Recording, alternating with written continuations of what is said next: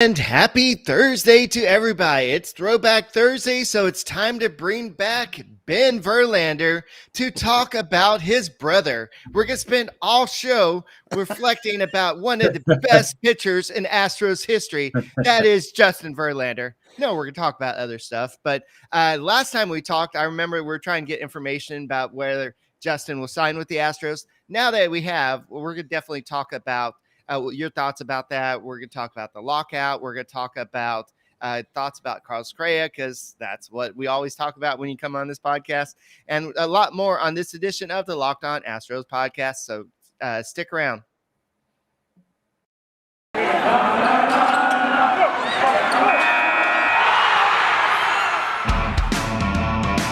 Hello and welcome to Locked On Astros, your daily Astros podcast. Here are your hosts, Eric the Man Huysman and Brett H-Town Wheelhouse Chancey.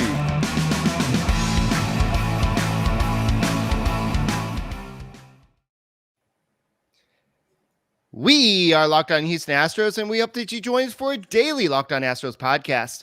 My name is Eric Huysman. You can find me on Twitter at Eric Talks Astros. Find the show at Locked On Astros. Your team every day. Brett, where can you find you at? They can find me at H-Town Wheelhouse on Twitter and Instagram, and at Stros411 on Twitter, Instagram, and Facebook. Always positive, because we're moving in the right direction, right, MLB? Always Stros. All right, and we have the brother of Justin Verlander, who's making a name for himself because he's got his own awesome podcast, and he's making a legend for himself because he's the ultimate fanboy of Mr. Shohei Ohtani. Ben Verlander, where can you find you at, and where can you listen to your podcast? What's up, guys? Thanks for having me. I'm at Ben Verlander on all socials, Twitter, Instagram. I have TikTok as well, and my show is Flippin' Bats Pod, and that's everywhere you listen to podcasts. So Apple Podcasts, Spotify, and their social media accounts for it as well on Twitter, Instagram, YouTube, all that good stuff. So Flippin' Bats Pod is where that is. All right, guys, thank you for making Locked On Astros podcast your first listen every day. Whether it's on YouTube, make sure you keep on subscribing, and make sure that you give us a thumbs up, and listen to us on your way to work, on your way home from work, on Apple, Spotify, wherever you listen to your podcasts. Make sure you check out the Locked On Astros podcast. And Brett, we've got an exciting event today. Go and tell them about it. Yeah, we do. We need y'all to join us at the Social Beer Garden, 3101 San Jacinto Street. It is going to be Locked On Astros, Locked On Rockets, Locked On Texans. If you are near the downtown area, come hang out with us. We'll do a live podcast from 8 to 9. Then shortly after that, we'll all sit there and watch the Rockets beat the Clippers on the 20-foot Jumbotron. There's going to be great food, great brews, and all. Astros Twitter's going to be there, probably some of your greatest friends. Even that Astro girl is going to come show up and hang out with us. We've got a fun night planned. Please come out. It will be a great time to be had by all. All right, so now that we have Ben Verlander here, the first question I want to kind of talk to you about is, last time we were trying to dig out of you, what's JV going to do?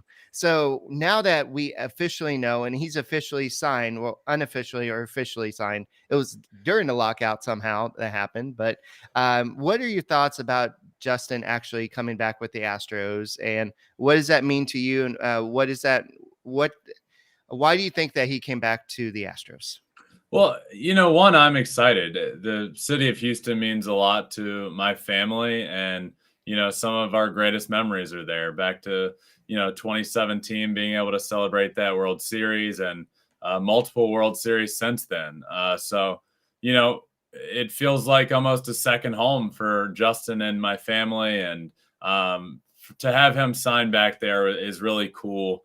And it's not like you have to start over somewhere fresh and figure it all out, because the city of Houston is like a second home. And I know the Cranes well, and I have a bunch of friends there. So I'm really excited he signed back there, and I know how excited he is to sign back there. And, his number one goal is to win. And that's, wherever he ended up signing, that was his goal. And obviously signing back with the Astros, he believes in that. And it's clear, the writing's on the wall. The Astros are going to be a good team. And I think adding my brother just makes him that much better. Thinking about that and thinking about how he was shelved with the Tommy John, it was basically talked about how, and I don't know if it was something he verbally said or was just this understanding that Justin wanted to come back and kind of make good because he was sitting there, he was on the payroll, but yet he couldn't contribute to the team. And because of his relationship with Crane, because of the relationship he built with the team, it just seemed like you said a natural fit to stay and almost kind of like, hey, let's go out there and do what I couldn't do last year with trying to recover. Yeah, that was really hard on him and on me and my family as well. My whole life, my brother's 9 years older than me. The second I was born, he was on a pitcher's mound, and it's all I've known my entire life. And for the last 2 years, he hasn't been. And I know how hard it's been on him, and I know it didn't sit right with him that he signed that contract and was only able to pitch, 2 innings and not compete for the team and not help them win. And that is a big part of it, and that is something he's passionate about, and something he wants to show Astros fans that, hey, I'm still here, I'm still able to pitch at a really high level, and I still want to win a world championship in Houston. And I'm so excited for this season, whenever it may be. I'm excited to see my brother back out on a mound. Now with Justin Verlander back in fold, looking at the Astros as a whole, I know you can say that technically we have a hole at shortstop that could be possibly filled by Jeremy Pena, a young rookie. What are your thoughts overall about the Astros as a team? They're going to be good. And you're right. Shortstop is a big question mark, and that's not a place that a winning team can have a big question mark. So they're gonna figure it out one way or another. Obviously, there's nothing they can do right now during the lockout. I don't think that position is going to be left untouched. I think they will make a deal. They will get somebody. But other than that, this team is built for success. This team knows how to win. This team knows how to win in the playoffs. And you see it time and time again, and that gets undersold. Playoff experience. It doesn't matter who they're playing against. It doesn't matter even if they're going to face a team on paper that might be better than them, which is, I don't know if that's possible to this point. But they know how to win in the playoffs, and we see it time and time again how important that is. So, look, the Astros are going to get in the playoffs, and they're going to be a tough team to beat, and it's going to come down to timely hitting and good pitching. And having a guy like my brother that's able to be back out on that mound, and having a guy like Lance that has proven to be a horse and a stud in that rotation, I think is going to go a long way. So in 2022, the Astros are going to be a force to be reckoned with. And as far as I'm concerned, they're the team to beat in the American League until somebody knocks them off. Yeah, so you've, addressing this in the Astros in 2022. I know there are some minor leaguers like Korey Lee, who is their number one prospect now down there in Sugar Land. They're the Space Cowboys now. How valuable would it be for someone like Korey Lee if he gets a chance to maybe come up, and maybe he won't be the catcher that catches JV, because he would probably want more of a Maldonado or Castro, like a more veteran catcher, as his battery mate. But how valuable is that for guys that are top prospects to come up and just be around someone like Justin Verlander? It's extremely valuable. And you're right. Especially with this pitching staff, they're not going to want to throw to anybody else. And it's going to be tough for him to come up in this current situation.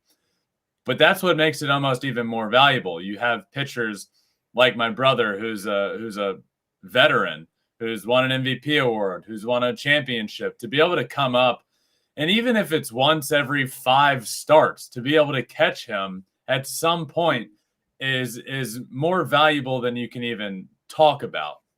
And then if he can prove himself, well, then that adds a whole nother element. If he can come up and then next thing you know, my brother and Lance are saying, hey, we like throwing to him. And he can also do a little something with the bat, then that adds a whole different element to the team.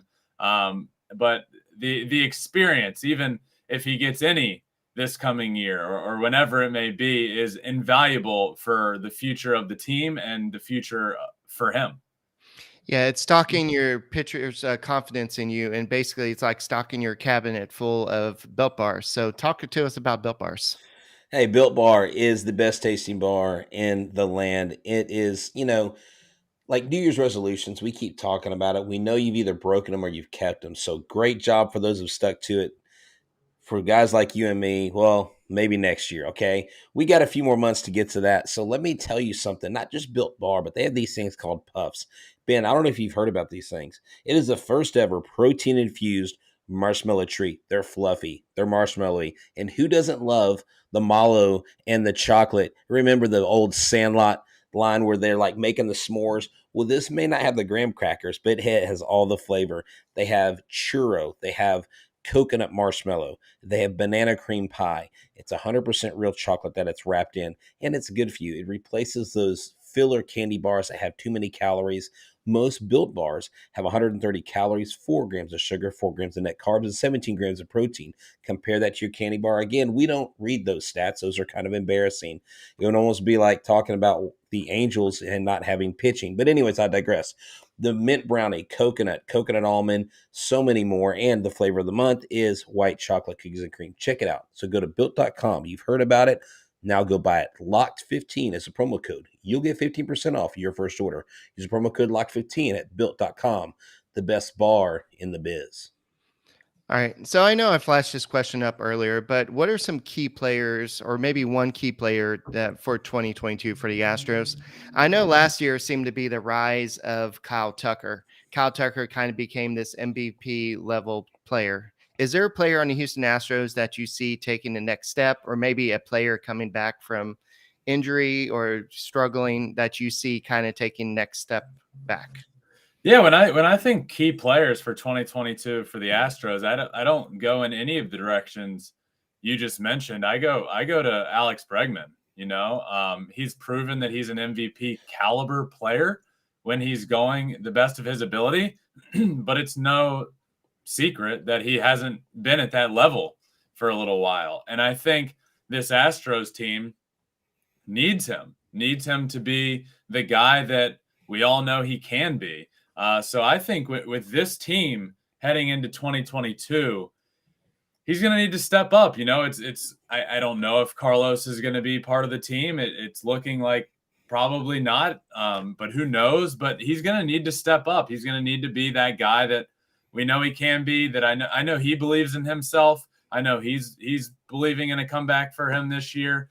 And I think this Astros team needs him. You had guys like Kyle Tucker step up. You know what Jordan's got. Altuve is going to be consistent.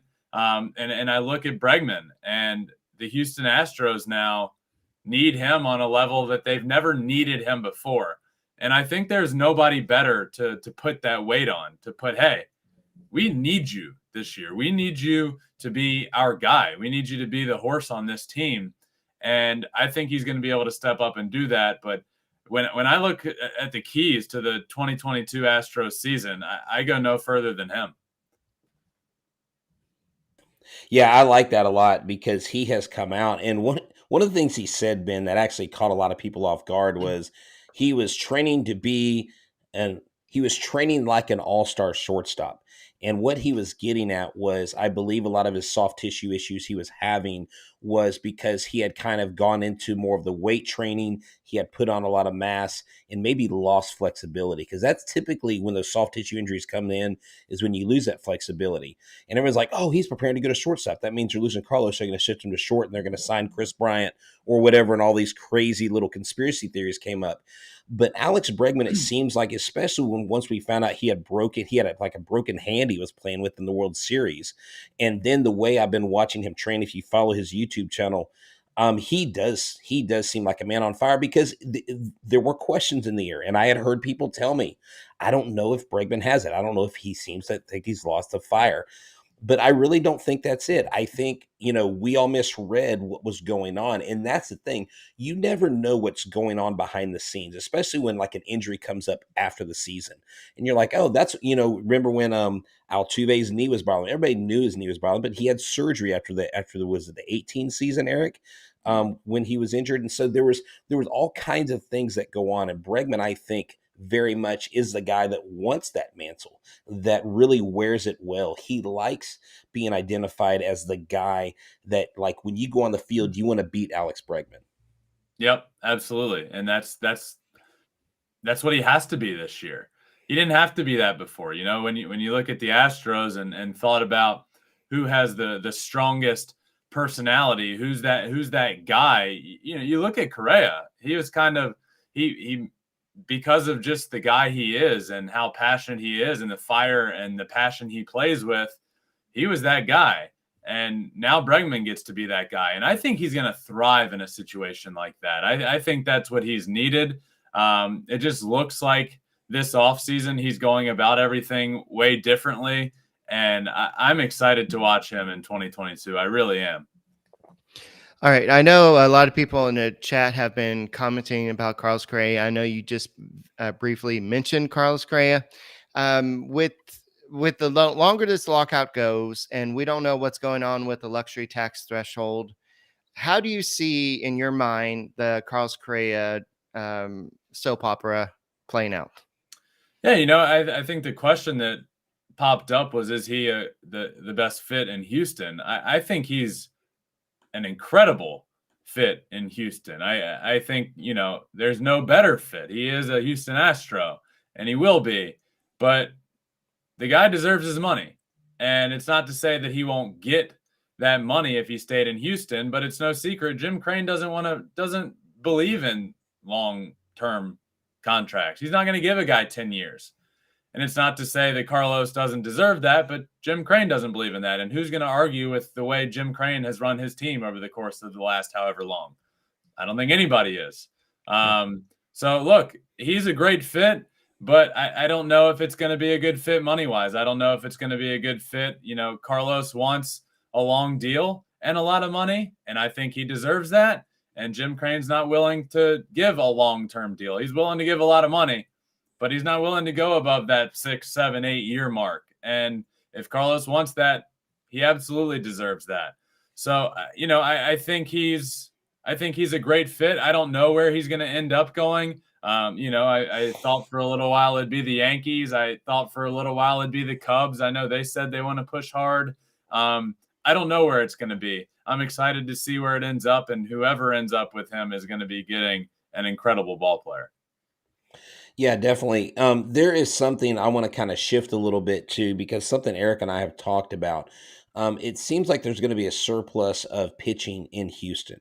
Namely, the question we've been bantering about is, what do we do with Jake Odorrizi? I floated the idea of trading him. Eric has said, no, don't trade him. He doesn't like the idea. He doesn't know that he has the value or return in what you would get for him. Is Jake Odorrizi too much of a veteran pitcher that you want to keep him, or is he trade material in your mind? Yeah, I think he's a guy you keep at least to start the season and get up to a certain point.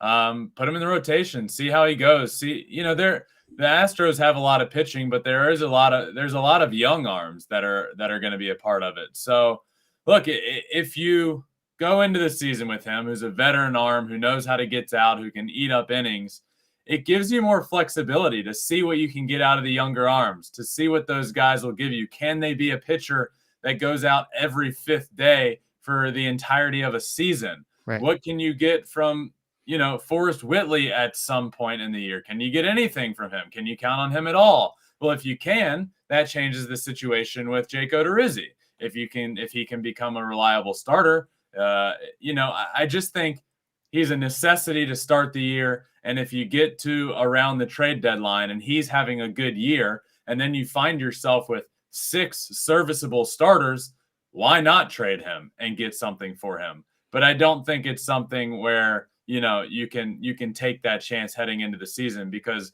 there are a lot of good arms that are going to be competing, but there is also some uncertainty. And, you know, he's a guy that, you know, can give you innings and a valuable guy to have around.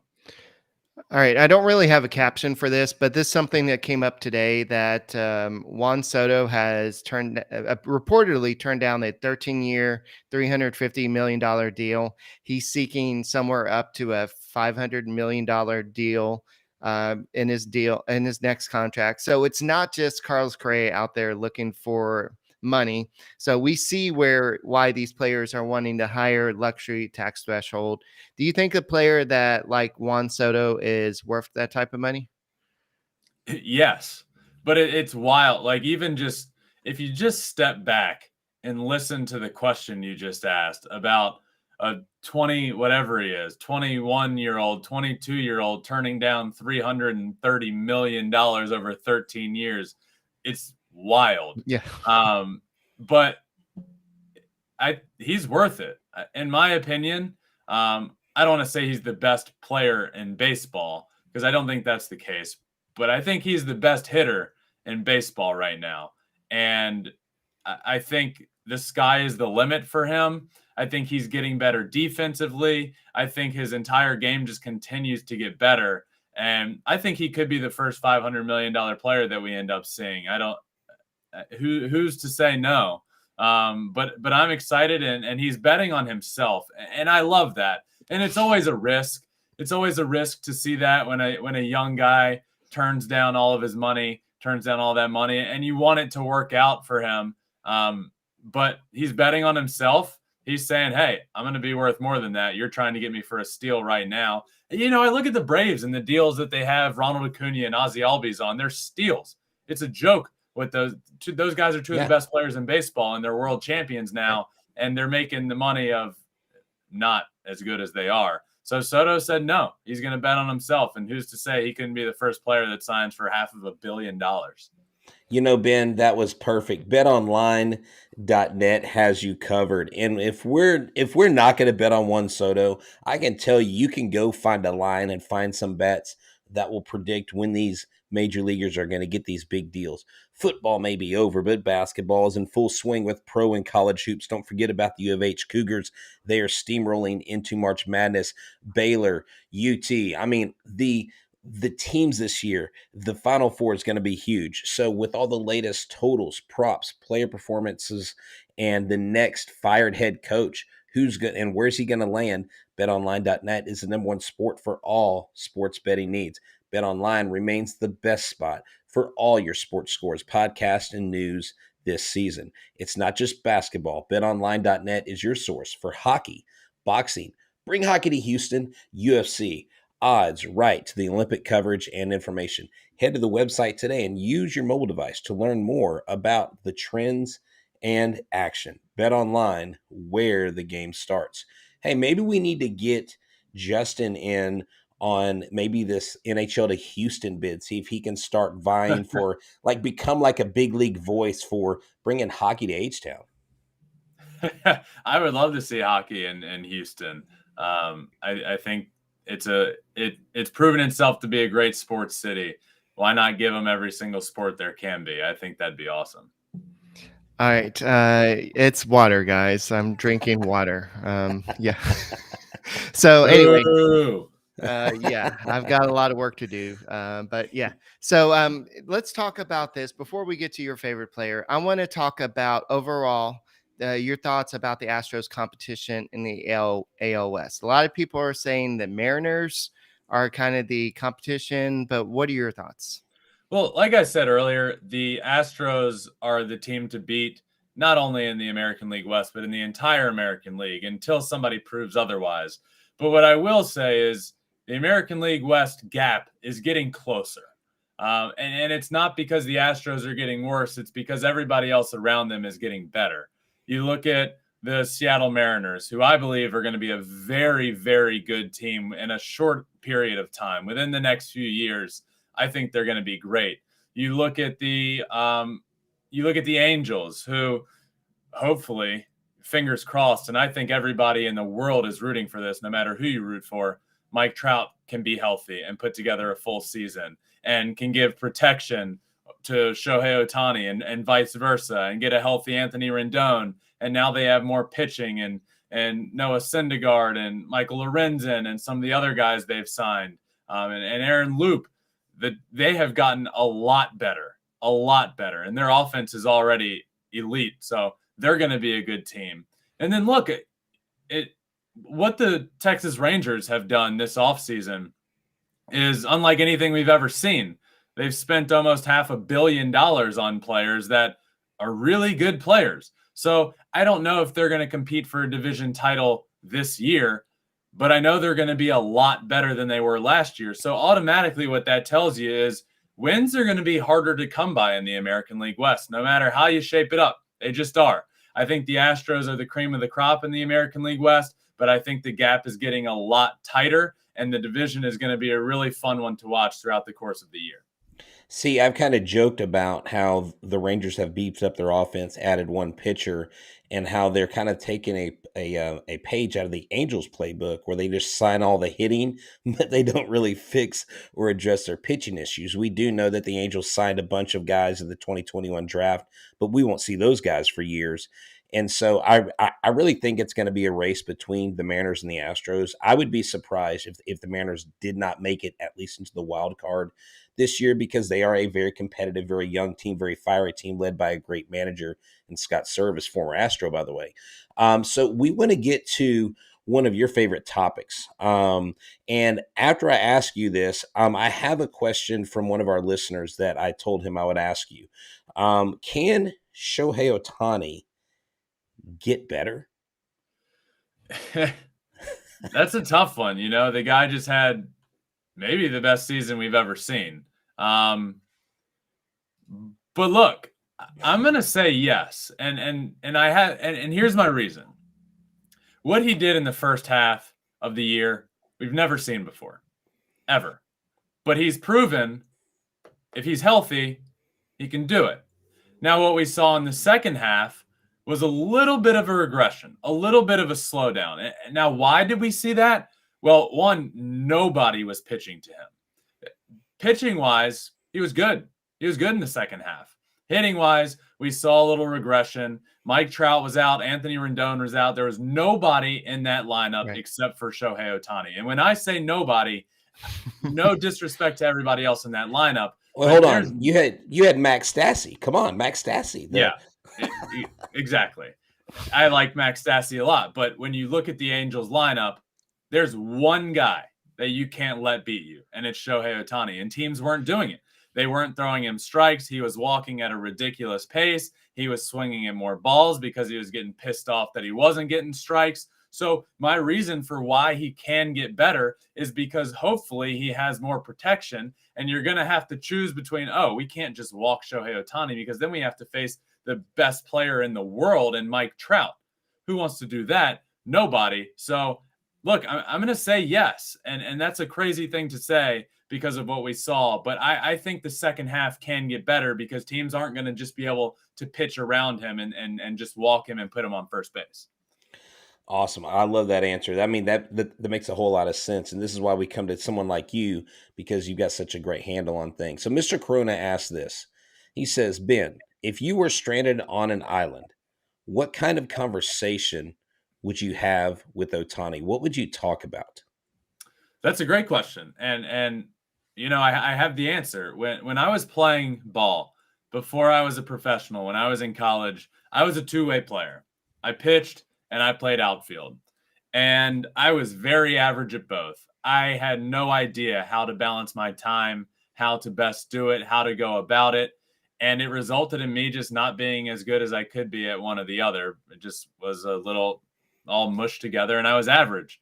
I would have told you what Shohei is doing at the major league level is impossible to do at the major league level. And then Shohei Ohtani comes along. So I would ask him how he goes about it. How does he do it? What does the work look like behind the scenes? How do you, when you're supposed to be doing a hitting drill, how are you managing your time when you also need to be pitching? I would talk to him about that. I would also talk to him about Clash of Clans, which is a game that you play on your phone that he loves. And when I was playing, it's all I used to play in the locker room. So 2 parts. I would talk to him about baseball, and I would talk to him about Clash of Clans. There you go. I love it. I love it. And, Trevor Howard says, Ben pitched, been to the Astros, confirmed by multiple sources. Yes, right. I did in college. Here's what I'll say. Only one of us in the family was blessed to be able to throw 100. The other one was not. Alrighty. So speaking of being a former minor leaguer, there's a lot of stuff going on in the news. Not all of it is great. So I know the MLB is talking about the whole thing about not paying minor leaguers during spring training, and then also MLB is asking for the right to maybe cut back on how many minor leaguers they have in the farm system. What are your thoughts overall as a former minor league player about what MLB is doing to minor league players? Yeah, it's tough. It's tough to see. And, a lot of the conversation on social media comes back to, hey, well, back in the day, this is what I was getting made and I didn't complain. Or like, oh, you're playing a sport for a living. Like, stop complaining. And, it's hard to hear that. I didn't choose. Well, I did choose, but I chose what I was best at in life. And by the time you get to the professional level, you're one of the best in the world at what you do. And to be told, hey, you're going to get paid pennies on the dollar until you actually make it to the big leagues where you can make an ungodly amount of money, it doesn't sit well with me. I would be at the field some days from 11 a.m. until midnight. Not some days, every day. 142 games in 150 days is what I played in one season. And every single day, I was there all day long. And to be told over and over that minor league baseball is a part-time apprenticeship or that whatever it may be, it's frustrating. And I believe wholeheartedly that minor leaguers deserve to be paid better. And I'm not asking, and I wasn't at the time asking for a lot of money, a life-changing amount of money. I'm asking for an amount of money that you can survive. I've seen so many players have to end their careers that were big league talented players had to end their careers because they couldn't afford gas money to get to the field. They couldn't support a wife back home who was working her tail off to support. They just couldn't do it anymore. You just run out of money. And it's frustrating to see talent go by the wayside because a player's making less than minimum wage. So, look, I understand the want, and there's no union on the minor league side, so Major League Baseball doesn't have to do anything, really. There's nobody fighting for them. But at some point, you got to look in the mirror and say, hey, these guys are grinding every single day. And we're also telling them that they're the future of Major League Baseball and they're the future of our teams. And, hey, we need you to do this every single day. But yet you won't pay them enough to eat a healthy meal? That doesn't sit right with me. And at no point in my career did I complain. And I would do it over again. I would do it all over again. But that doesn't make it right what's going on. And that's my thing, is just pay them a living serviceable wage and stop trying to cut corners at their peril. Yeah, exactly. And one of the things that I mentioned the other day was that in this court filing, in this article about this, the judge basically told the attorneys for MLB saying, okay, stop. Like, you're not going to come up here and make these claims. Like, you are always trying to conflate things and make things worse than they are. In Major League Baseball, I think has the audacity to say, well, it's basically like we're giving you training and it would be like you going to a camp, but we're giving it to you for free and we're not charging you for it. It's like, hold on, wait, this isn't like Alex Bregman's shortstop camp at LSU, right? This is select ball camp. This is not select ball. Yeah, this is not some, Hunter Pence Academy in Houston, Texas. The major league team is telling the minor leaguer, if Ben, you're the minor leaguer, they're like, if you're invited to spring training, it's not an option. You basically got to be there. And if you're going to be there, why would you have a problem paying someone? And I saw, and I forget who it is, a minor leaguer. He had an image of his salary of his basically Padre prospect. Padre, I forgot what his and name he was. was pointing to how much he was making. It said like 14,000 or 12,000. I think it was 11,000 or something. And Ben, we're both teachers, and we make a lot more than that. And and some people say, well, teachers should get paid, blah blah. I don't even have that conversation with people. But we wanted to get your perspective because you've actually been there. You've seen it. I've had former students, I've had friends that have made it to the minor leagues, but never really gotten the inside scoop on that. And we only hear about the Fernando Tatis, the Wander Francos. We only hear about the big money guys, right? So that's where the misconception comes in from the fans is that, oh, well, everybody's a millionaire in baseball. Right. My first couple of years playing professionally, I made $7,000 a year. And, you're expected to uphold a certain standard. And look, they want to claim a part-time apprenticeship and games only last this long. Let's say a game starts at 7. You know what happens if I were to show up at 7 and say I'm ready for the game? I'd be released. But I'm getting paid that way. I'm getting paid like I'm working this short amount of time. But if I'm not there for a triple amount of the time, I'm getting released. And then, I'm working all of that time, and then it gets to the off season. Well, I don't have the ability to get another job because I have a strict workout regimen that they're sending me every single day that I have to do. And I have to keep my body in shape. I have to work like I'm a professional athlete in the off season, which is a full-time job. So to make $7,000 in a year or $8,000, I was making like $1,000 more every year. So I wasn't making anything my entire career, and I never complained because it's what I love to do, and I would have done anything, and it's experiences that I wouldn't trade for anything. But that doesn't make it right. That doesn't make it right because you're holding people's dreams in their hands, and they know that. The people paying you know that. Okay, right. Yeah, well, he's not going to go anywhere because his dream is one phone call away. And that's what you are at all times. The day you get drafted, your dream is one call away.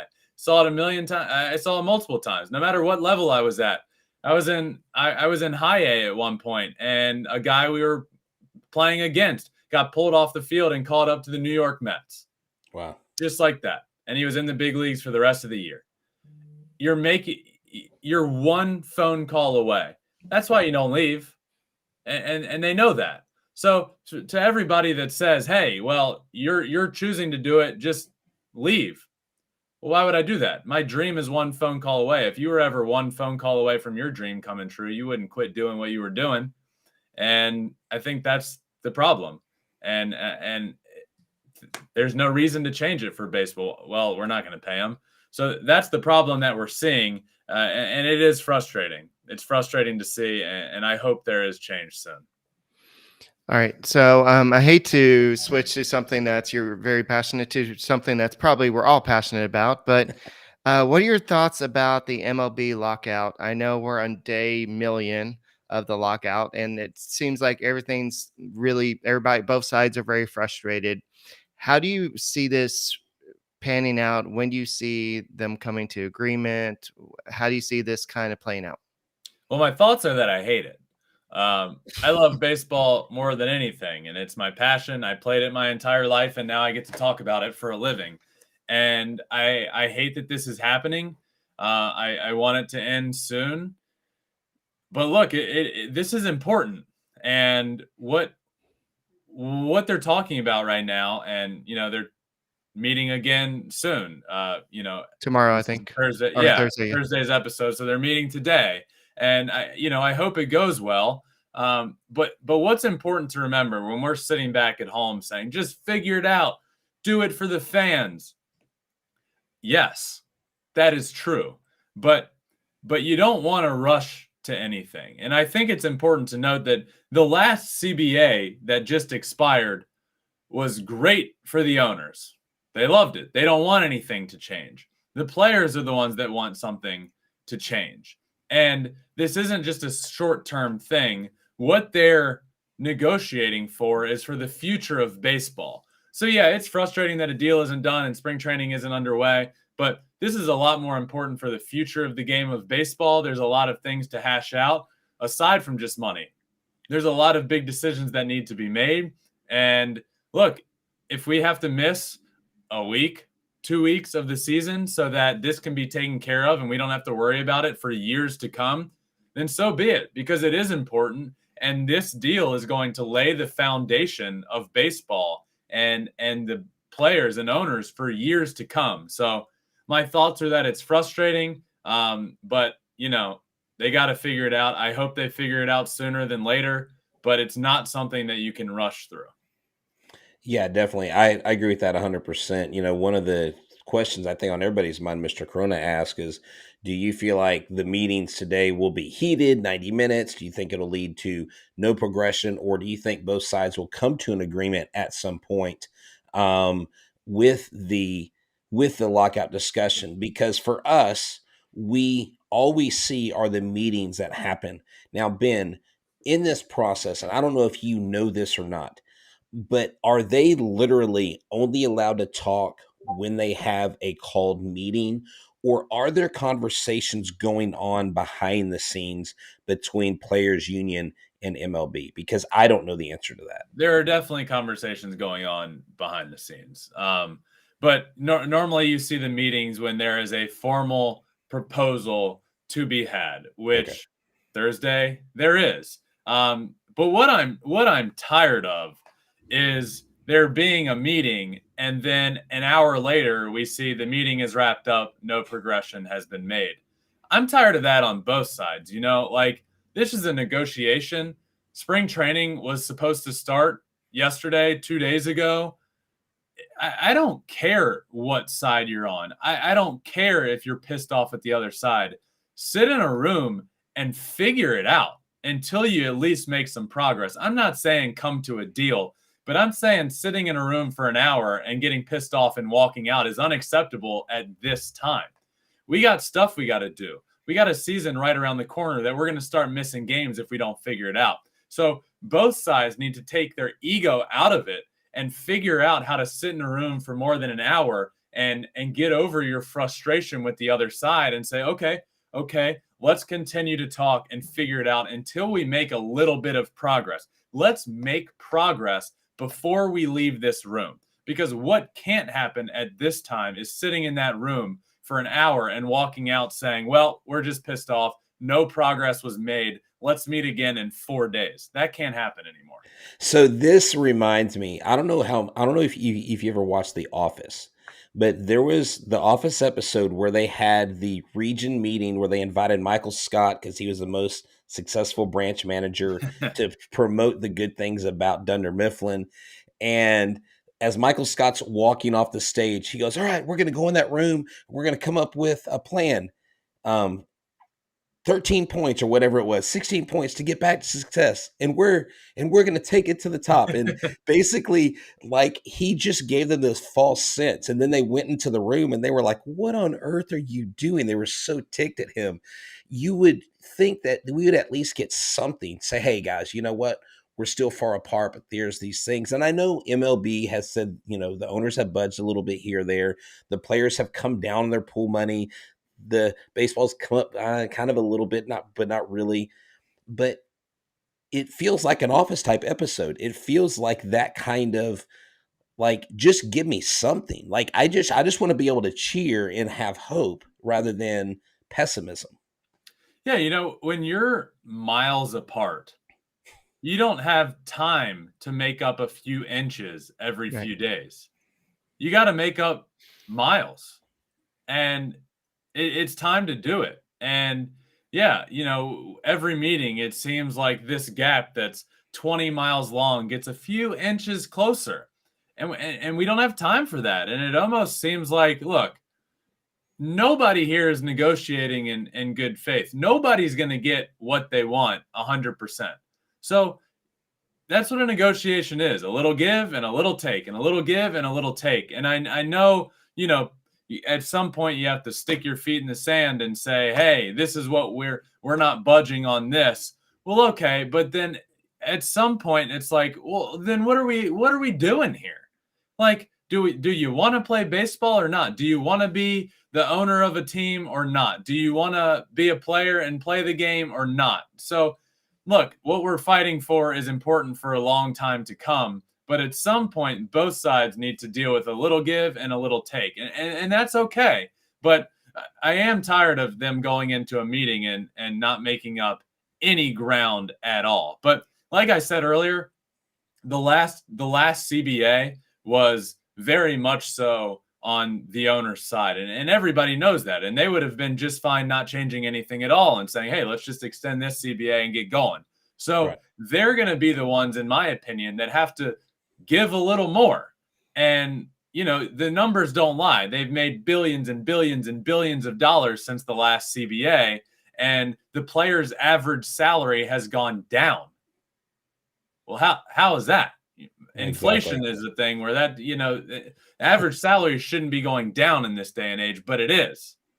And the numbers don't lie. So you have the owners making billions and billions and billions and more, and you have the players' salaries going down. Okay, let's figure that out. Yeah, exactly. Oh, I'm sorry. Go ahead, Eric. All right, to kind of wrap this up, because we can go on and on, but Arlie asked a stupid question, but was Justin Verlander the last major signing the Astros are going to do this offseason once we agree on this new CBA? And I know you hinted at the Astros making a possible deal, but do you see another big deal? Yeah. I think there's another big deal to be made. I think it's for an infielder. My prediction this offseason was that Trevor Story signs with the Astros and that Carlos ends up going elsewhere. But no matter what it ends up being, there's going to be a big deal, in my opinion, at shortstop. And it could end up being Carlos at this point, like with the way this offseason shaped up, it's harder for him to, now once a new CBA is agreed to, you're going to have to make your signings and get them to spring training. And Jim Crane has stated what he's willing to go to for Carlos. And, it's not near the years he wants, but it's a high AAV. And maybe Carlos is in a position that he'll end up taking that. I don't believe so. I still am on the bandwagon that they end up signing like a Trevor Story and him playing shortstop, which is a great thing. He's a stud shortstop and a great player. But to answer the question, I would say no. The Astros are not done. It's just you haven't been able to sign anybody for a long time now. Yeah. So I'm sure somebody's going to say that you're on my payroll because everybody says that I'm Trevor Story's agent and I'm trying to get him to Houston. So now they're going to say that I'm trying to pay you to say that. But he represents two players, Trevor Story and a player that will remain unnamed. Stop it. He's saying Robel Garcia because you said it. You said it, not me. Not me. You said it. So Ben Verlander, thank you once again for joining podcast. Tell us where we can listen to your awesome podcast and where can we find you on Twitter? Yeah, so my personal socials are all at Ben Verlander, Twitter, Instagram, TikTok, all that good stuff. But I do have a podcast with Fox Sports that means the world to me. And look, for far too long, I think baseball had gotten stale with the people that are passionate about it and talk about it. And my podcast is all about talking about baseball in a newer age way and talking to players and all-stars in the game about more than just on the field, getting to know them, talking about baseball, talking about off the field stuff. It's all about having fun. Baseball is fun. That podcast is called Flippin' Bats with Ben Verlander. You can find that anywhere, Apple Podcasts, Spotify, Google, wherever you listen to podcasts. But it's a blast. And if you're a fan of baseball, which I believe everybody listening to this show is, I know you'll love it. And it would mean a lot to me if you check it out. So that's Flippin' Bats with Ben Verlander. All right. I'm Eric Huysman. That is H-Town Wheelhouse. That is Ben Verlander. Thank you for listening to Locked On Astros podcast and make us your daily listen. Make us your first listen. And we are out and we're going to make sure you join us tomorrow. Where can they find us, Brett? They can find us at the Social Beer Garden. If you're not in Houston, you're not able to make it, show up live, 8 to 9 o'clock, hour-long podcast. It's going to be lit, as the kids would say. We're going to have a lot of fun and then watch some Rockets basketball. All right, go Stros, and let's end this lockout. Come on, guys. Let's go.